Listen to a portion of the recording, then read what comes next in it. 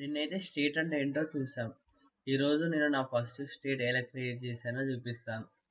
Welcome to day 38 of my full stack developer journey. మనం first state create చేయాలంటే మన component create చేసుకోవాలి. ఇక్కడ నేను మై కాంపోనెంట్స్ అనే ఫోల్డర్ లోపల మై కాంపోనెంట్ అయిన కాంపోనెంట్ క్రియేట్ చేసుకున్నాను. యాక్చువల్లీ ఇది ఆల్రెడీ ఇంతకుముందు వీడియోలో క్రియేట్ చేసింది. దాంట్లోనే నేను కోడ్ రాసిన. ఫస్ట్ అయితే మనం అయితే యూజ్ స్టేట్ అయితే ఇంపోర్ట్ చేసుకోవాలి. రియాక్ట్ లైబ్రరీలో యూజ్ స్టేట్ ఉంటే దాన్ని ఇంపోర్ట్ చేసుకోవాలి.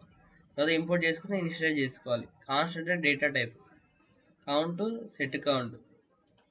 ఇక్కడ ఇనిషియల్లీ మన స్టేట్ వాల్యూ అయితే 0 అండ్ ఇక్కడ నేను కౌంట్ని డిస్ప్లే చేస్తున్నాను ఎంత ఉందనేది. అండ్ ఇక్కడ ఒక బటన్ తీసుకున్నా. బటన్ లోపల ఆన్ క్లిక్ అనేది ఈవెంట్ హ్యాండ్లర్, అదొక ఫంక్షన్ ఎగ్జిక్యూట్ చేస్తుంది. ఇక్కడ ఫంక్షన్ మీద యారో ఫంక్షన్స్, ఇది షార్ట్ అండ్ సింపుల్ ఉంటుంది. మన ఒక నేమ్ ఉండదు, ఏమన్నా జస్ట్ ఒక యారో బిట్ రాస్తాం. ఇక్కడ సెట్ కౌంట్, కౌంట్ +1 అంటే ప్రీవియస్ వాల్యూ +1. ప్రతిసారి ఇంక్రిమెంట్ మీద క్లిక్ చేసినప్పుడు ఈ ఫంక్షన్ అనేది కాల్ అవుతుంది. కాల్ అయ్యి దీన్ని ఇంక్రిమెంట్ చేస్తుంది కౌంట్ +1. సెట్ కౌంట్ అంటే ఈ కౌంటర్ అనే దానికి మనం వాల్యూ సెట్ చేస్తున్నాం.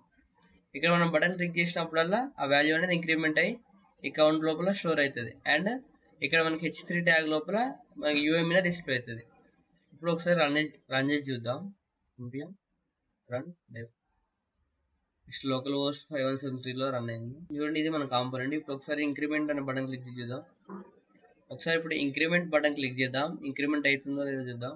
ఇక్కడ కౌంట్ అనే దాన్ని అబ్జర్వ్ చేయాలి. మనం ప్రతిసారి క్లిక్ చేసినప్పుడల్లా ఇక్కడ ఇంక్రిమెంట్ అయితే ఉంది వాల్యూ 9, 10, 11, 12, 13, 14, 15 ఇట్లా మనం ఎంత ఇంక్రిమెంట్ చేస్తే అంత ఇంక్రిమెంట్ అయి కూడా పోతూనే ఉంటుంది. ఇలా నేను నా ఫస్ట్ స్టేట్ని క్రియేట్ చేశాను. నెక్స్ట్ వీడియోలో నేను రియాక్ట్లో ప్రాప్స్ అంటే ఏంది అండ్ నేను ఎలా తెలుసుకున్నానో షేర్ చేశాను. This is day 38 of my journey. Follow and subscribe for the next part. By.